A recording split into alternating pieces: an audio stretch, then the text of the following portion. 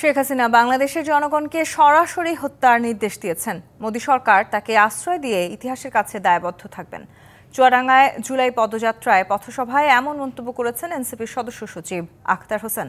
আর দলের আহ্বায়ক নাহিদ ইসলাম বলেন, সীমান্ত হত্যা আর মেনে নেওয়া হবে না। দেশের মাটি ও মানচিত্র রক্ষায় কাজ করবে এনসিপি। আরও বলেন, গণঅভ্যুত্থান পরবর্তী সময়ে বৈষম্যমুক্ত সম্প্রীতির বাংলাদেশের স্বপ্ন পূরণ হয়নি। উল্টো চাঁদাবাজি, দুর্নীতি ও দখলদারিত্বে দেশ ছেয়ে গেছে। চুয়াডাঙ্গায় মিছিলে স্লোগানে এনসিপির কেন্দ্রীয় নেতাদের স্বাগত জানায় সমর্থকরা। বৃষ্টিবাধা উপেক্ষা করেই চলে দেশ গড়ার প্রত্যয়ে জুলাই পদযাত্রা।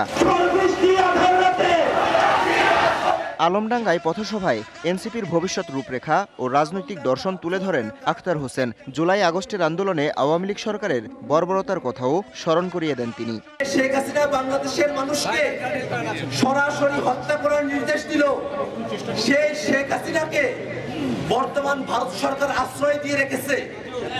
আমরা ভারত সরকারের কাছে বলতে চাই, ইতিহাসের কাছে আপনাদেরকে দায়বদ্ধ থাকতে হবে।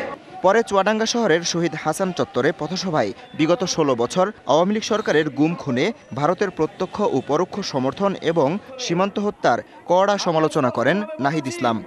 সীমান্ত হত্যা আমরা কোনোভাবেই মেনে নেব না। বাংলাদেশের জনগণকে, বাংলাদেশের সীমান্তকে, বাংলাদেশের মাটি ও মানচিত্রকে রক্ষা করা বাংলাদেশের ছাত্র তরুণ যুবদের দায়িত্ব। সেই দায়িত্ব আমরা নিয়েছি এবং সেই দায়িত্বের ভিত্তিতেই জাতীয় নাগরিক পার্টি কাজ করবে। গণ অভ্যুত্থান পরবর্তী সময়ে সম্প্রীতির বাংলাদেশের স্বপ্ন পূরণ হয়নি বলেও অভিযোগ নাহিদ ইসলামের। গণ অভ্যুত্থানের পরে আমরা একটা বৈষম্যহীন একটা সম্প্রীতির বাংলাদেশ চেয়েছিলাম, কিন্তু আমরা দেখছি নানা ধরনের রাজনৈতিক অন্তর্কন্দলে বহু মানুষ মারা যাচ্ছে। চাঁদাবাজ, দুর্নীতি, দখলদারিত্ব পুরো বাংলাদেশকে ছেয়ে গিয়েছে। নতুন করে কোনো ভয়ের সংস্কৃতি আমরা বাংলাদেশে দেখতে চাই না। পরে দামুড়হুদা উপজেলার ঝাঝাডাঙ্গা গ্রামে বিএসএফের গুলিতে নিহত ইব্রাহিম বাবুর পরিবারের সাথে সাক্ষাৎ করেন এনসিপির নেতারা। সেখান থেকে জুলাই পদযাত্রা যায় ঝিনাইদহে। DBC news desk.